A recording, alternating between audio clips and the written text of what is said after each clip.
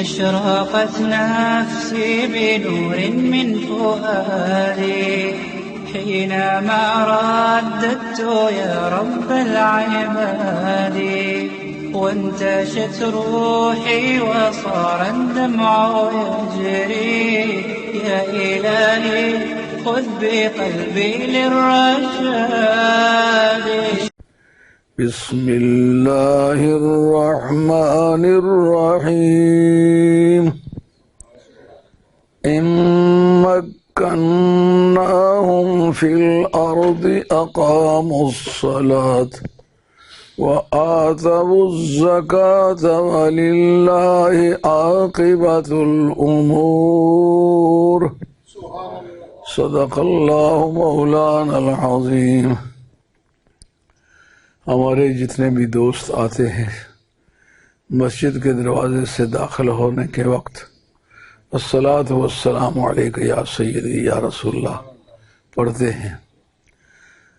ہمارے خطیب جس وقت خطبہ دیتے ہیں تو خطبے کے ابتداء میں وہ الصلاۃ والسلام علیک یا سیدی یا رسول اللہ.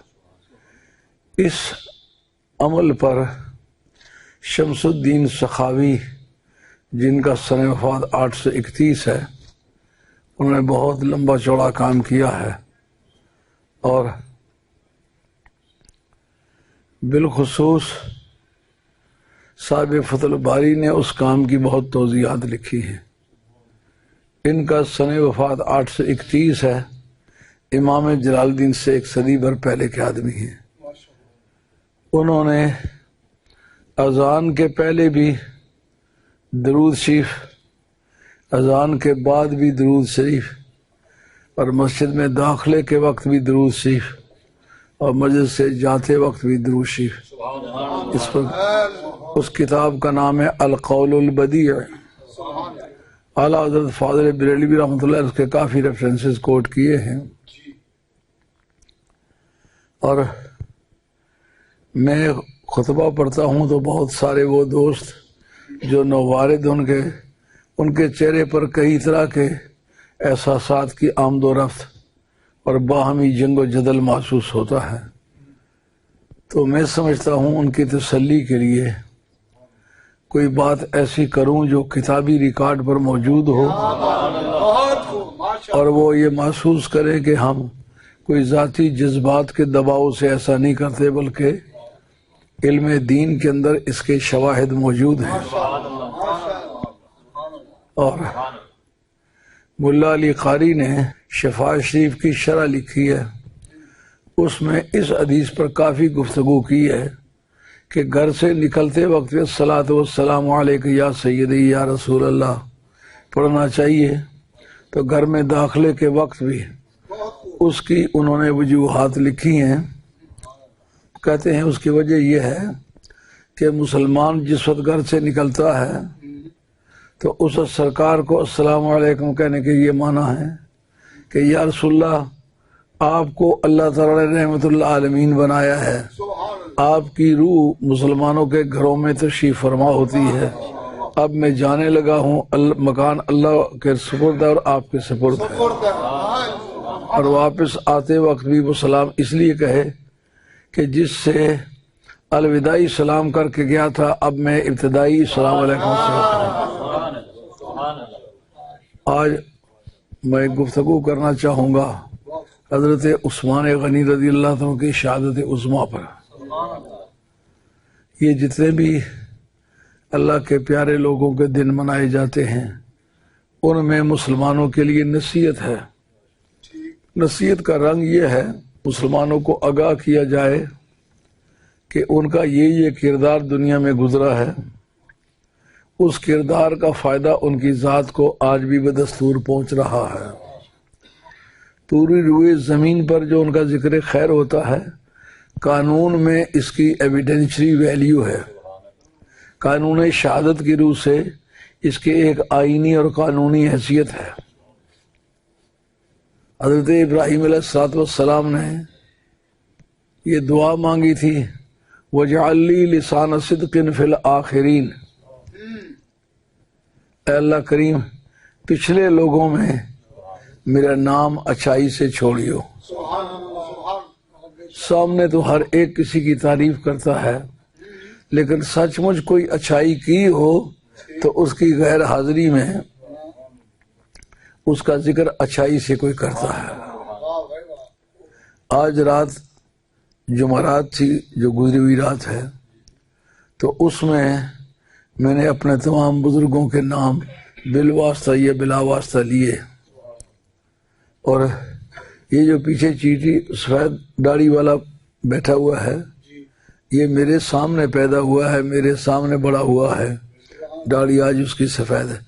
اس کے باپ کا نام میں نے ختم شیب میں لیا کہ میرا UK میں پہلا مرید جو فوت ہوا ہے وہ ہے، چودھری محمد یونس نام تھا۔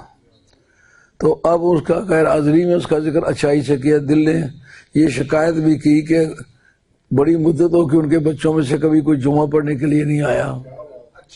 ہر مہینے میں جاتا ہوں ان کے شہر میں، وہاں ملنے کے لیے کوئی نہیں آیا، تو میرا خیال ہے شاید انہوں نے ڈانٹ ڈپٹ کی ہے تو یہ ملنے کے لیے آیا۔ وَجَعَلْ لِي لِسَانَ صِدْقٍ فِي الْآخِرِينَ، مولا کریم پچھلے لوگوں میں میرا ذکر اچھائی سے چھوڑیو۔ پچھلے لوگوں میں ذکر اچھائی سے چھوڑنے کا طریقہ کیا ہے؟ حضرت ابراہیم علیہ السلام نے پلیٹ فارم بنایا جس کا نام کعبہ شریف رکھا گیا، قبلہ شریف رکھا گیا، مکہ شریف میں واقع ہے۔ اس کا پہلا معمار آدم علیہ السلام تھے، اور طوفان نوحی میں یہ خرد برد ہو گیا تھا، اس کی پرانی بنیادیں جو زمین کے اندر تھیں وہ رہ گئی تھیں۔ اسی لیے اس کا ذکر کرتے وقت قرآن کہتا ہے اِذْ يَرْفَعُ إِبْرَاهِيمُ الْقَوَاعِدَ مِنَ الْبَيْتِ وَإِسْمَاعِيلُ، وہ وقت یاد کرو جب حضرت ابراہیم علیہ السلام اور ان کے صاحبزادے جناب اسماعیل علیہ السلام یہ دونوں کعبہ شریف کی بنیادوں کو اونچا کر رہے تھے، بنیادیں رکھ نہیں رہے تھے، اونچا کر رہے تھے۔ لیکن جس وقت وہ کعبۃ اللہ وہ تعمیر کر چکے، اس وقت انہوں نے دعا مانگی ربنا وابعث فیہم رسولا۔ آپ جس وقت مسجد تعمیر کر چکتے ہیں کہتے چلو آؤ نماز پڑھیے، نماز کے لیے یہ جگہ بنائی ہے۔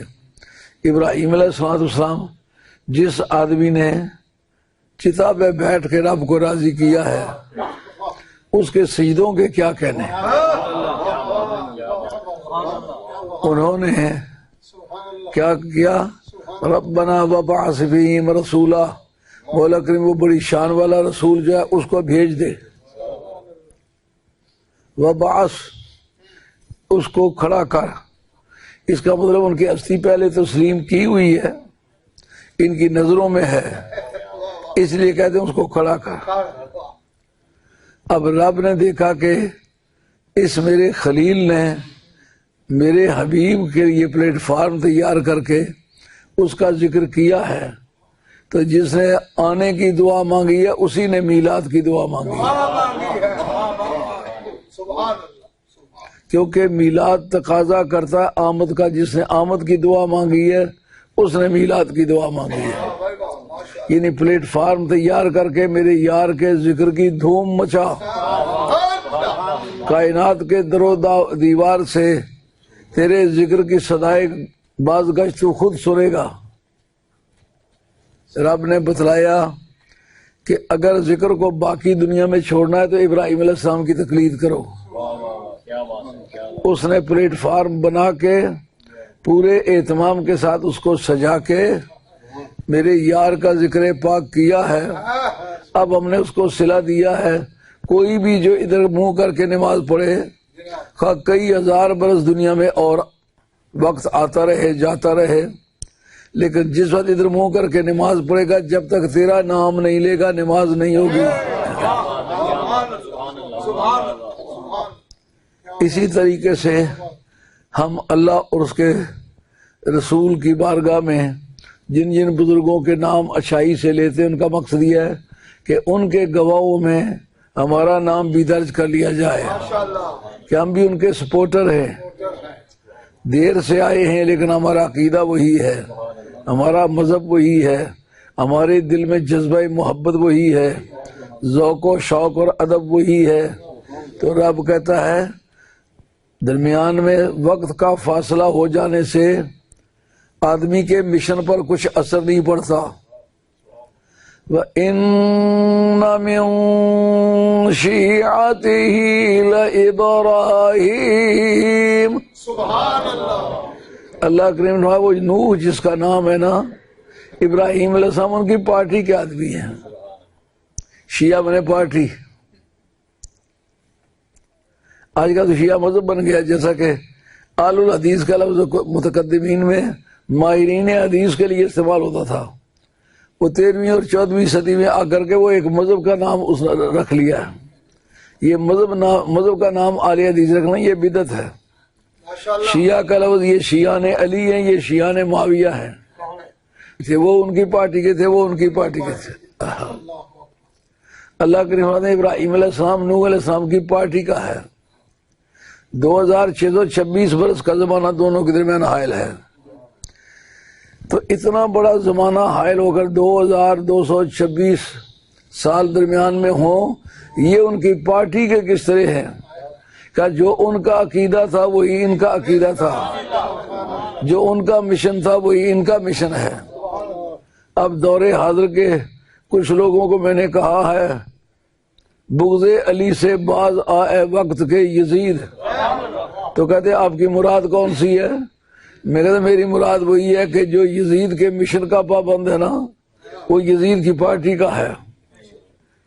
ابراہیم علیہ السلام اپنے اس نے کردار کی وجہ سے، اس نے عقیدہ کی وجہ سے اگر 2226 برس کا زمانہ حائل ہونے کے باوجود نوح علیہ السلام کی پارٹی کے ہیں، تو ابھی اتنا زمانہ یزید میں اور دور حاضر کے اہل بیت کے دشمنوں میں اتنا زمانہ تو نہیں پایا جاتا.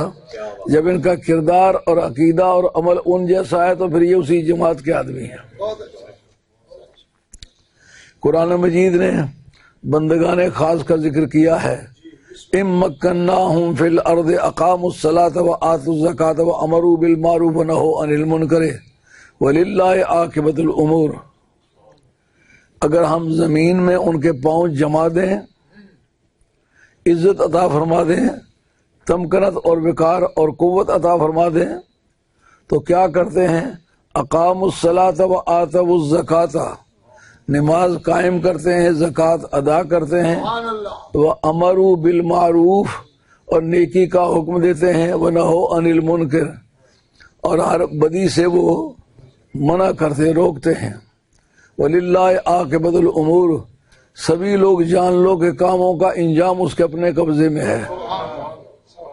جو نہیں بھی ایسا کرے گا اس کو بھی پروردگار ٹھکانے لگائے گا، لیکن جو ایسا کرنے والے لوگ ہیں وہ دنیا میں بھی عزت والے ہیں، قیامت میں بھی. حضرت عثمان غنی رضی اللہ تعالیٰ عنہ ان لوگوں میں سے ایک ہے. سمجھ میں آ گیا ان کا جہت ذکر. یہ ایویڈنشری ویلیو ہے پوری روئے زمین پر. جو بھی صحیح العقیدہ لوگ ہیں، جو نبی پاک علیہ السلام کی ذات پر بھی ایمان رکھتے ہیں، قرآن پر بھی ایمان رکھتے ہیں، آل بیت پر بھی ایمان رکھتے ہیں، صحابہ پر بھی ایمان رکھتے ہیں، اولیاء اللہ پر بھی ایمان رکھتے ہیں، وہ ان دنوں کو برکت الہی کا ذریعہ سمجھتے ہیں. جب سال لوٹ کے آیا ہے ہم نے ان کا ذکر کیا ہے، اور اس کا ثبوت ہمارے پاس کیا ہے؟ علامہ شامی نے لکھا ہے کہ نبی کریم علیہ الصلوۃ والسلام احد کی وہ خاص تاریخ جس میں شہدائے احد نے جامہ شہادت پیے تھے، ایک ایک قبر میں کئی شہداء کو دفن کیا گیا تھا. جب سال کا وہ دن لوٹ کے آتا تو نبی کریم علیہ السلام صحابہ کو لے کر کے احد شریف جاتے اور ان کے مزارات پر کھڑے ہو کر کے دعا مانگتے. سال کے بعد قبروں پر حاضری، ان کا ذکر، اجتماع، فاصلہ طے کر کے جانا، یہ سب باتیں سے ثابت ہوتی ہیں. جب عرصوں پر جاتے ہیں تو کیا کرتے؟ فاصلہ طے کرتے ہیں، ایک گروہ در گروہ جاتے ہیں، دو اس جگہ اکٹھے ہوتے ہیں جہاں ان کے مزارات ہیں. ان ساری باتوں کا ثبوت حضور کے اس عمل میں ہے کہ نہیں؟ جو جا نہیں سکتے ان کا طریقہ کار کیا ہے؟ علامہ بدر الدین عینی نے عمدۃ القاری شرح بخاری کے اندر حضرت عمر بن عبدالعزیز رضی اللہ عنہ کا کردار ذکر کیا ہے۔ وہ بیان کرتے ہیں کہ حضرت عمر بن عبدالعزیز جو کہ امت مسلمہ کا سب سے پہلا مجدد ہے، عمر بن عبدالعزیز، ان کے متعلق لکھا ہے جب خود نہیں جا سکتے تھے تو اپنی طرف سے بعض کسی دوست اپنے درباری کو تیار کر کے بھیجتے کہ جاؤ، جا کر کے سرکار کی بارگاہ میں میرا السلام علیکم عرض کرو، اور یہ بھی عرض کرنا یا رسول اللہ وہ آپ کا غلام بہت محبت سے آپ کو یاد کرتا ہے۔ تو خود وہ اپنے آپ کے مشن کا کام کرنے کی وجہ سے مصروف تھے، اس لیے انہوں نے اپنے بھی آپ پر مجھے یہ کہہ کے بھیجا جا کر کے سلام کہو اور میری طرف سے کہو۔ تو معلوم ہے اس میں نیابتی ذمہ داری، جو اپنی طرف سے کسی کو وکیل مقرر کرنا ہے، نائب مقرر کرنا ہے، اس کو ڈیوٹی دے کے بھیجنا ہے، اس سے ثابت ہوتا ہے اس میں نیابت بھی درست ہے۔ نیابتی وائکیریس لائبلٹی اس کو قانون کہتا ہے۔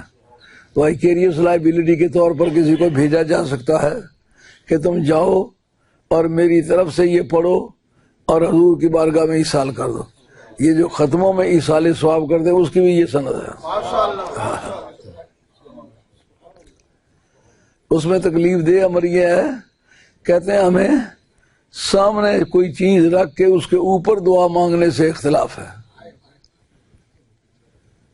مستدرک شریف میں حدیث ہے جس تاریخ نبی پاک علیہ السلام کا نکاح ہوا حضرت سیدہ زینب سے رضی اللہ عنہ ام المومنین، حضور کی پھوپھی ذات تھیں۔ پہلے زید بن حارثہ کے ساتھ ان کا نکاح ہوا تھا، طلاق ہونے کے بعد عدت گزری تو پھر حضور نے ان کے ساتھ نکاح کیا۔ اس موقع پر حضرت سیدہ زینب کی ایک سہیلی نے دلیے کا ایک باؤل میٹھا تیار کر کے حضور کی مجلس میں بھیجا۔ صرف سرکار نے سامنے نہیں رکھا بلکہ اس پر ایک ہاتھ بھی رکھا اور دعا مانگی۔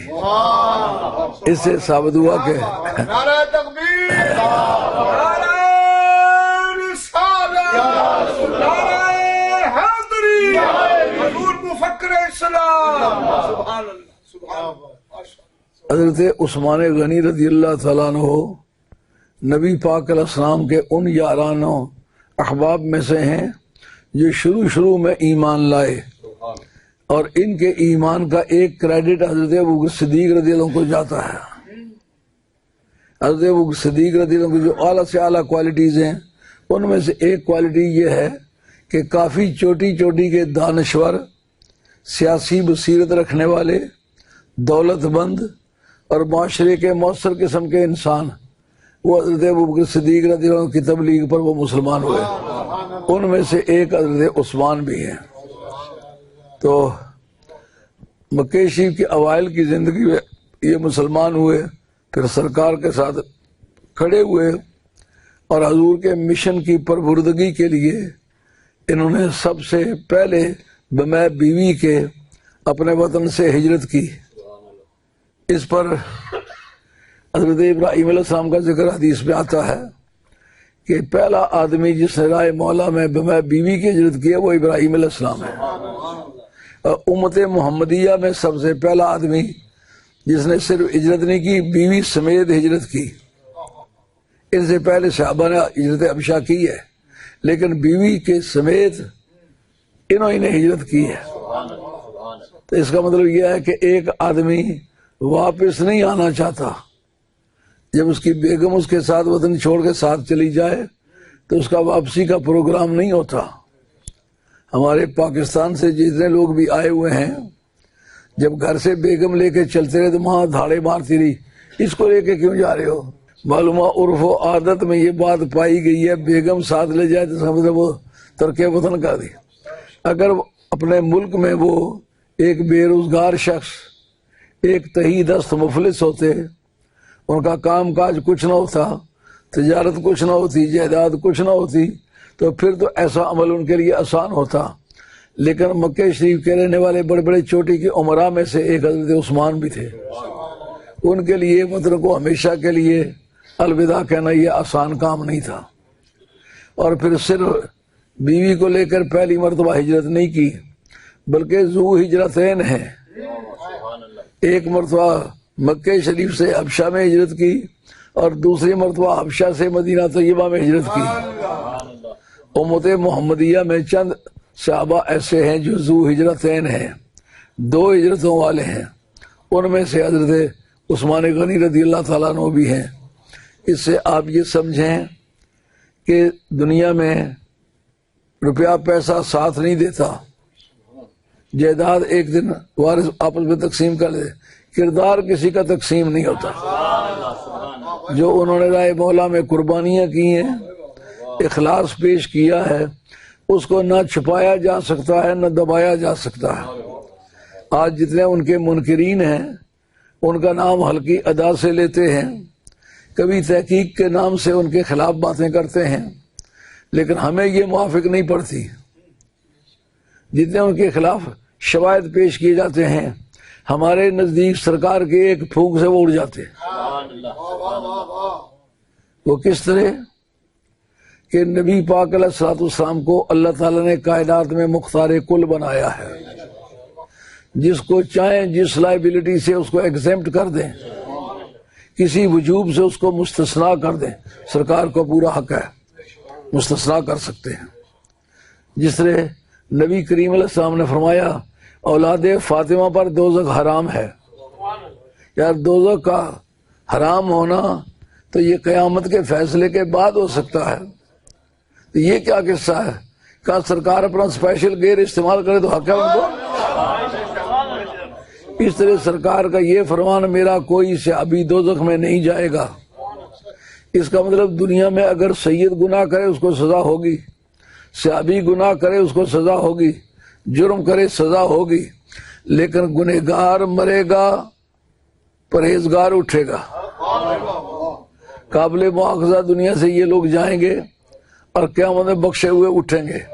یہ سرکار کے اپنے فیصلے ہیں۔ یہ کس جگہ فیصلہ ہوا؟ حضرت عثمان غنی رضی اللہ تعالیٰ عنہ کا ذکر کرتے وقت اپنے اور بیگانے سارے اس بات کا ذکر کرتے ہیں کہ سرکار نے جب غزوہ تبوک کی تیاری فرمائی، آپ نے پہلی جنگیں ہم نے جتنی لڑی ہیں یہ قبیلوں کے ساتھ لڑی ہیں، مثلا جنگ بدر تھی قریش کے ساتھ ہم نے لڑی ہے، جنگ احد تھی عرب کے باقی مشرکین کے ساتھ بمے قریش مکہ کے لڑی ہے۔ اسی طریقے سے غزاب کی جنگ ہے، پورے عرب کے منکرین سامنے لڑی ہے۔ خیبر کی جنگ ہے، خیبر کے قبائل سے لڑی ہے۔ یہ پہلی جنگ ہے جو دنیا کی گریٹ پاور سے لڑی جانے والی ہے۔ رومن امپائر اور پرشین امپائر، اس وقت یہ پورا سیریا جو تھا نا، شام کی بارڈر وغیرہ تک، یہ سارے کا سارا ان یونانیوں کے قبضے میں تھا، رومن امپائر کے قبضے میں تھا۔ آپ نے فرمایا یہ پہلی جنگ ہے جو دنیا کی گریٹ پاور سے لڑی جانے والی ہے، اس لیے بھاری قسم کے چندے کی ضرورت ہے، سارے مل کے جانیں بھی پیش کرو، مال بھی پیش کرو۔ سرکار کو حضرت عثمان نے بہت تنگی کی حالت میں دیکھا۔ سرکار نے جب یہ سوال کیا کہ اس وقت مدد کی ضرورت ہے، کھڑے ہو گئے۔ آپ فرمانے لگے علیہ مئۃ بعیر باخلاصھا واقطابھا، یا رسول اللہ 100 اونٹ پیش کروں گا بمے پالانوں کے، بمے کجابوں کے، وہ جس کی پٹھواری زبان ہے جدھر پنجابی ہے کڑوانج، یعنی جس پر سامان رکھ کے لادا جا سکتا ہے۔ پنجابی کی شاعری میں بھی یہ استعمال ہوا ہے لفظ، کھانا ایسے کڑونج میں جان پھنس گئی، نہ انہیں نکل دی تھے نہ انہیں پہم دی ہے۔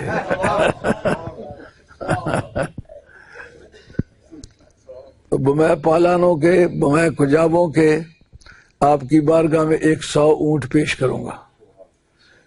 آج تو جس سے پوچھیں کہتا اونٹ کا ترجمہ کیا ہوتا ہے، یہ ظاہر ہی نہیں ہونے دیتا کہ میں پاکستان میں کبھی گیا ہوں یا دیکھا ہے، لیکن ہم تو دیہاتیوں کے پیر ہیں، غریبوں کے پیر ہیں، ہمارا تو بڑا کلوز کنٹیکٹ ہے مسلمانوں کے ساتھ، اس لیے ان کی روزانہ کی مشکلات سے بھی ایک حد تک آگاہ ہیں۔ اگر 100 اونٹ کاغذ پر لکھو تو ایک سطر کے اندر لکھا جاتا ہے، موقع پر کھڑا کرو 2 میل تک صبر کو گھیرتا ہے۔ 100 اونٹ ایک دوسرے کے پاس قطارا ہوا ہو تو میل بھر کا فاصلہ جو ہے وہ گھیرے تھے. سرکار نے ادھر سے منہ پھیر کے ادھر کر لیا. فرمایا یہ کافی نہیں ہے اور مسلمان بھی مدد کرو. کہتے ہیں یا رسول علیہ میثا بعیر باخلاصھا واکتابھا، 200 اونٹ پیش کرتا ہوں میں اسی تفصیل کے جو پہلے ذکر کر چکا ہوں. سرکار نے ادھر منہ کر لیا. بعض نے اس جگہ 200 اونٹوں کا ذکر نہیں کیا، 100 اور 300 کا ذکر کیا ہے.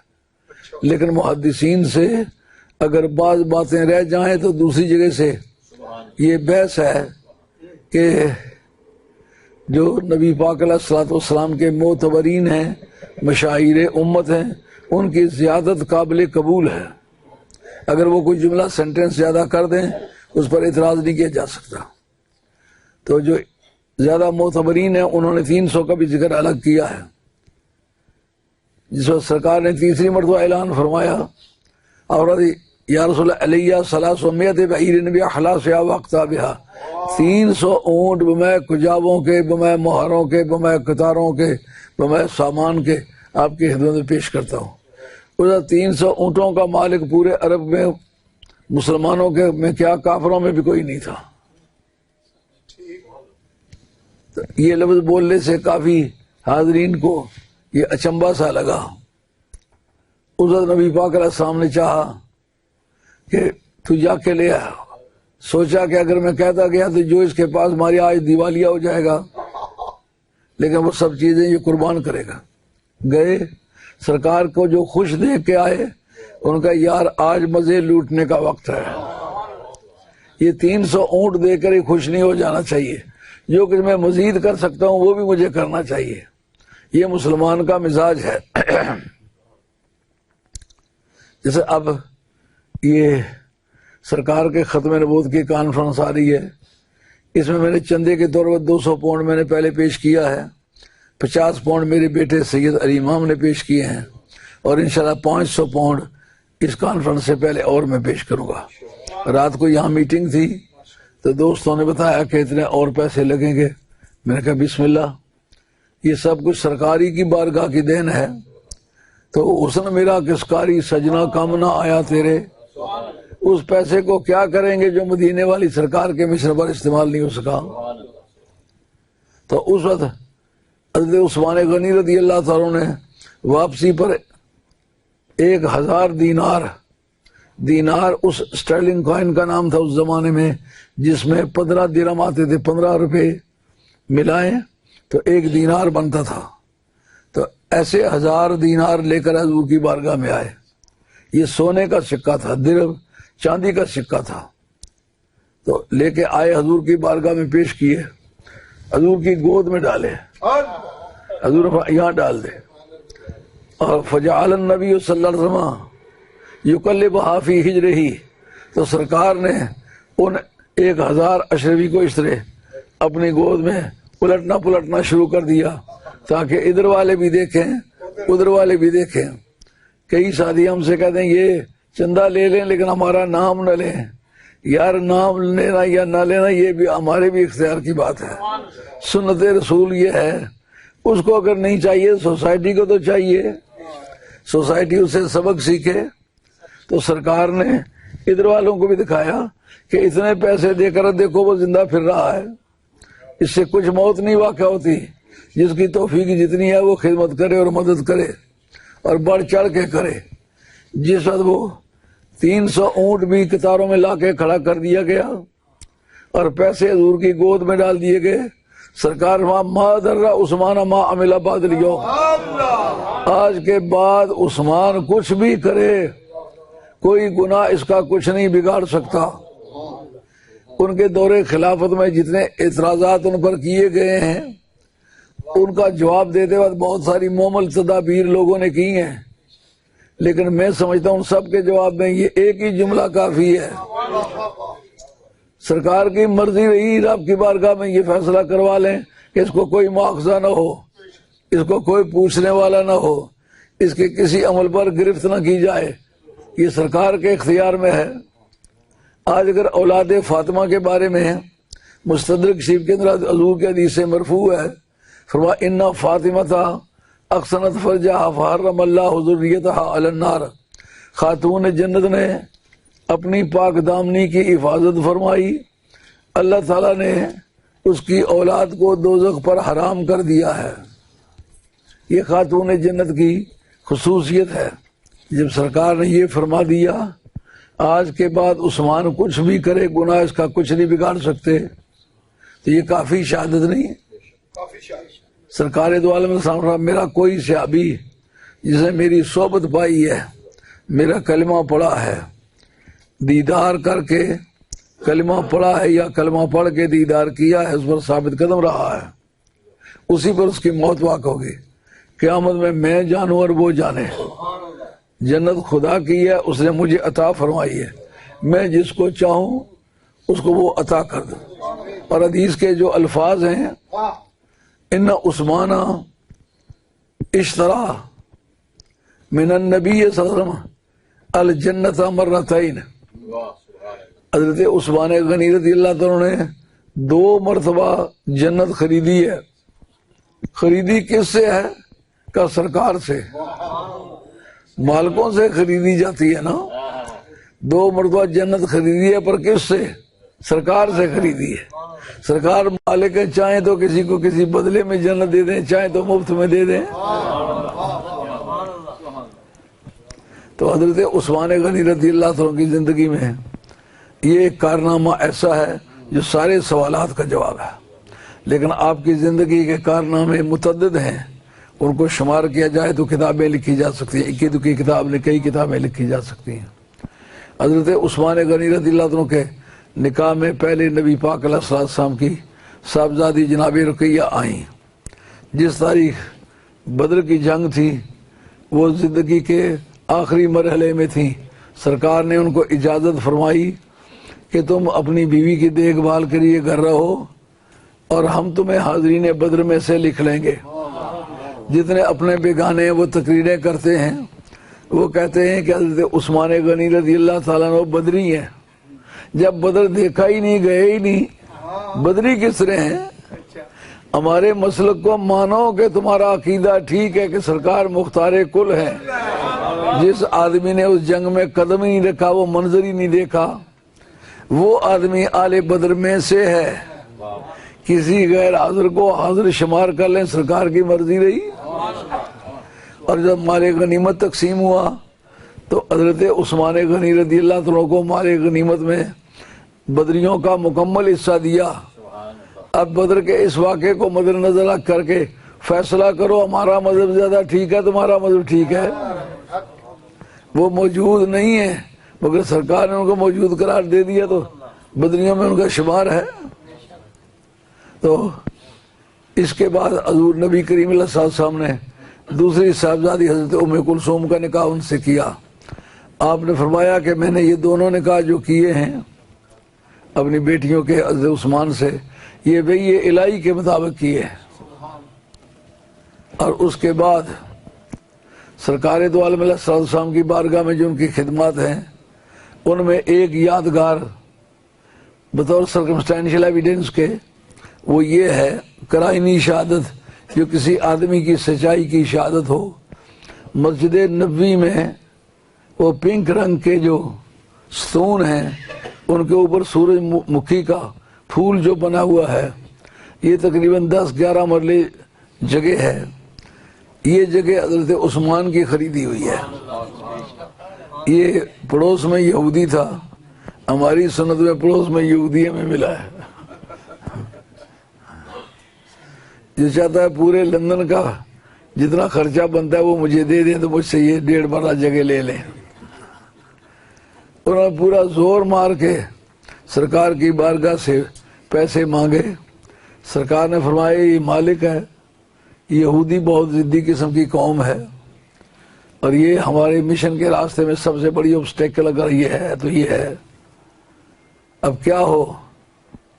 چندے کا اعلان کیا عام مسلمانوں سے، صحابہ کرام سے، لیکن صحابہ میں بہت افلاس، تہی دستی، کھانے کے لیے روٹی نہیں، پہننے کے لیے کپڑا نہیں، رہنے کے لیے مکان نہیں، اور ضروریات زندگی مکمل طور پر مفقود ہیں۔ ایسے وقت میں بیچارے پیسے کہاں سے لائیں؟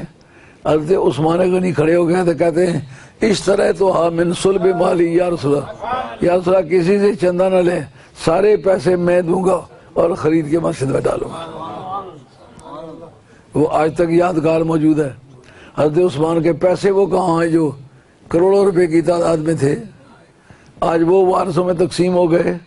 جن دنوں میں پہلی مرتبہ مدینہ شریف حاضر ہوا اور 2 سال لگاتار مجھے وہاں رہنے کا اللہ نے موقع دیا، اس تاریخ وہ مکان گرایا جا رہا تھا جس میں حضرت کو شہید کیا گیا تھا۔ اس وقت تک اس کا وجود موجود تھا۔ جدھر یہ باب جبریل ہے نا سرکار کے پاہائے مبارک کی طرف، اس کے سامنے وہ مکان تھا۔ تو حضرت عثمان غنی رضی اللہ تعالیٰ عنہ نے اس جگہ کھڑے ہو کر اپنے کردار کے بارے میں لوگوں سے گواہی طلب کی۔ جس وقت وہ کہتے ہیں میں وہ عثمان نہیں ہوں کہ جس نے مسجد نبی کو کھلا کرنے کے لیے اکیلے پیسے دیے تھے، کہتے تم وہی ہو؟ انہوں نے کہا اس کی کیا وجہ، اس میں مومن بھی نماز پڑھ سکتا ہے، منافق بھی پڑھ سکتا ہے، عثمان نہیں پڑھ سکتا۔ یہ کردار کشی یہ انسانوں کی پرانی کمزوری ہے، نیا معاملہ نہیں۔ کام کرنے والا کوئی ہے لیکن ماتھے پہ تلک لگا کے لوگ شہید بن جاتے ہیں۔ محنت کرنے والے، مشقت کرنے والے، پیسے دینے والے، اکٹھے کرنے والے، لوگوں کو ذہنی طور پر تیار کرنے والے لوگ اور ہوتے ہیں، بیچ میں اچانک لٹھ لے کے داخل ہو جانے والے۔ مروان کون تھا؟ حضرت عثمان غنی رضی اللہ عنہ کا چچا زاد بھائی تھا، اور ان کا جو باپ تھا مروان بن العاص، وہ سگا چچا تھا۔ تو حضرت عثمان جب مسلمان ہوئے تو اس نے پکڑ کے اندر باندھ دیا، کہا جب تک یہ دین نہیں چھوڑو گے میں تمہیں یہاں سے رہا نہیں کروں گا۔ انہوں نے کہا مار ڈالو مگر میں دین نہیں چھوڑتا۔ اس آدمی کی بیک گراؤنڈ کیا ہے؟ وہ کیٹیمائٹ ہے، گے بوائے جس کو کہتے ہو، کانوں میں یہاں بالی ڈالی ہوتی ہے نا، یہ نشانی تو آپ جانتے ہیں۔ وہ اس صفت کا مالک تھا، اس کرتوت کا، یہی برائی اس کے بیٹے مروان میں بھی پائی جاتی تھی۔ اب دونوں باپ بیٹا مفعول تھے، کیٹیمائٹ، گے بوائے۔ یزید بھی اسی برائی کا بیمار تھا اور ابو جیل بھی اسی بیماری کا مریض تھا۔ ولید بن مغیرہ عرب کا سب سے اعلیٰ لیکچرار تھا، اعلیٰ خطیب تھا۔ کام دیکھیں، عرب کی سرزمین میں اعلیٰ خطیب ہونا یہ ایسی کوالٹی ہے جیسا کہ اس کے پاس ایٹم بم تھا، باقی لوگ نہتے تھے، اس کے پاس کچھ نہیں تھا۔ باتوں کے ذریعے سے آگ لگا دینا یہ سب سے بڑا فن تھا عرب کا۔ اس میں ٹاپ پر جو تھا وہ ولید بن مغیرہ تھا، وہ بھی اسی برائی میں مبتلا تھا۔ ذرا دیکھیں، سجادہ نشین کسی خانقاہ کا نہیں تھا، کعبے کا سجادہ نشین۔ سجادہ نشینی اور بدکاری دونوں کو دیکھیں اکٹھے کس طرح ہیں۔ کرتوت یہ تھے اور حضرت عثمان کے تمام ورثے کے مالک یہ بن بیٹھے۔ حضرت عثمان غنی رضی اللہ عنہ کا ایک واقعہ تبوک والا عرض کیا ہے، ایک واقعہ یہ عرض کیا کہ مسجد نبی کی جگہ خرید کے مسجد کے حوالے کی، اور نبی پاک علیہ السلام نے فرمایا کون ہے جو بیر روما کھود کے، جس کا مطلب یہ استعارتاً استعمال کیا ہے، یعنی اس کا پانی خریدنا ایسا ہے جیسا کھودے کوئی، اس کو کہتے ہیں استعارہ فی الفعل۔ یہ استعارہ فی الفعل تھا۔ کون ہے جو اس کا کنواں کھود کے بیر روما تو اللہ تعالیٰ سے جنت حاصل کرے؟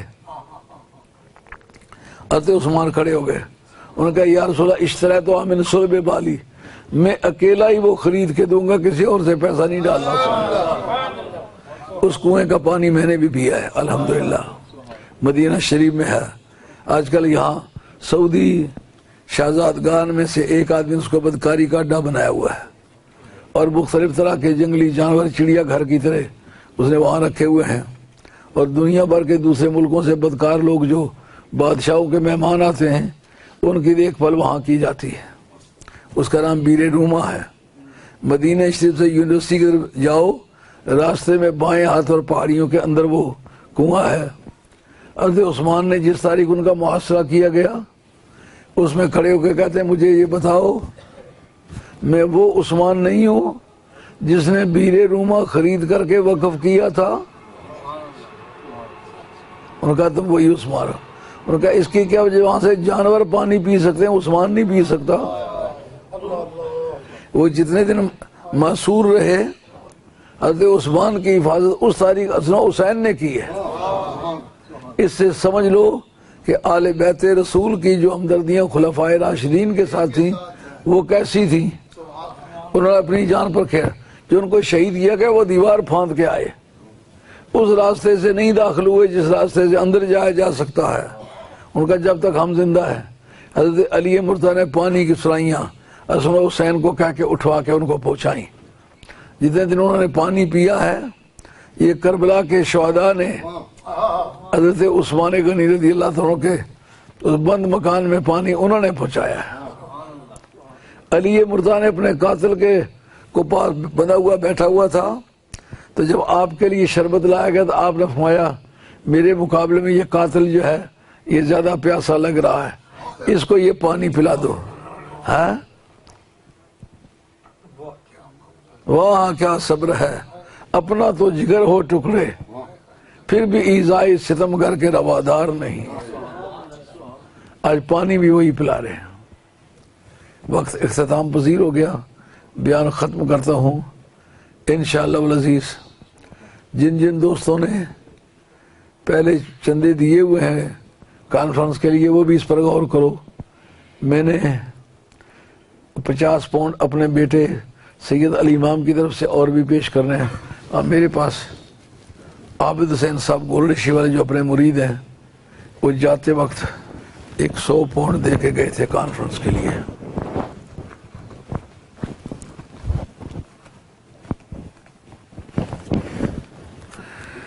یہ اوپر 100 پاؤنڈ کانفرنس لکھا ہوا ہے، ساتھ عابد حسین صاحب گولڈ بھی لکھا ہوا۔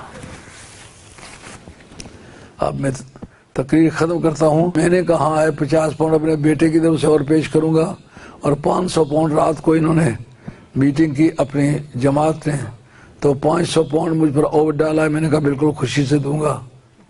لوگ جرمانے خوشی سے دے آتے ہیں، تو میں تو حضور کی بارگاہ میں نذرانہ دے رہا ہوں۔ جرمانے اور نذرانے میں کتنا فرق ہے۔ خوش نصیب ہوں کہ مجھے کسی حاکم نے نہیں کہا مدینے والی سرکار کے مشن کے لیے۔ یہ کتنے ہیں؟ یہ 100 پاؤنڈ حافظ صاحب نے پہلے بھی پیسے دیے ہوئے ہیں۔ یہ 100 پاؤنڈ حافظ محمد، یہ 50 پاؤنڈ میری طرف سے جی 50 پاؤنڈ کانفرنس کے لیے۔ اچھا، یہ سید مظہر حسین شاذب گیلانی نے 50 پاؤنڈ پہلے کتنے دیے ہوئے آپ نے؟ 150 پاؤنڈ پہلے دیا ہوا ہے، تو یہ 50 پاؤنڈ آج اور پیش کیے ہیں۔ اللہ کریم جزائے خیر عطا فرمائے گا۔ اچھا، یہ آصف صاحب قادری نے 100 پاؤنڈ اور پیش کیا ہے۔ اللہ کریم آپ کو جزائے خیر عطا فرمایا۔ یہ چند ایک ضروری اعلانات سماعت فرمائیے۔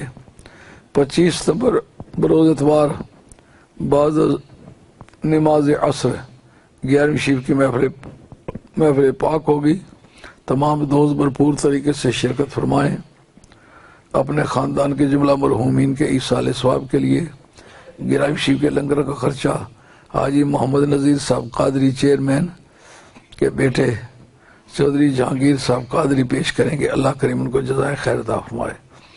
اپنے خاندان کے جملہ مرحومین کے ایصال ثواب کے لیے صوفی فضل حسین صاحب قادری پولا بھی لنگر کا خرچہ پیش کریں گے۔ اللہ کریم ان کو جزائے خیر عطا فرمائے۔ خالد بٹ صاحب نے 10 پاؤنڈ دارالعلوم کے لیے پیش کیا۔ اللہ کریم قبول فرمائے۔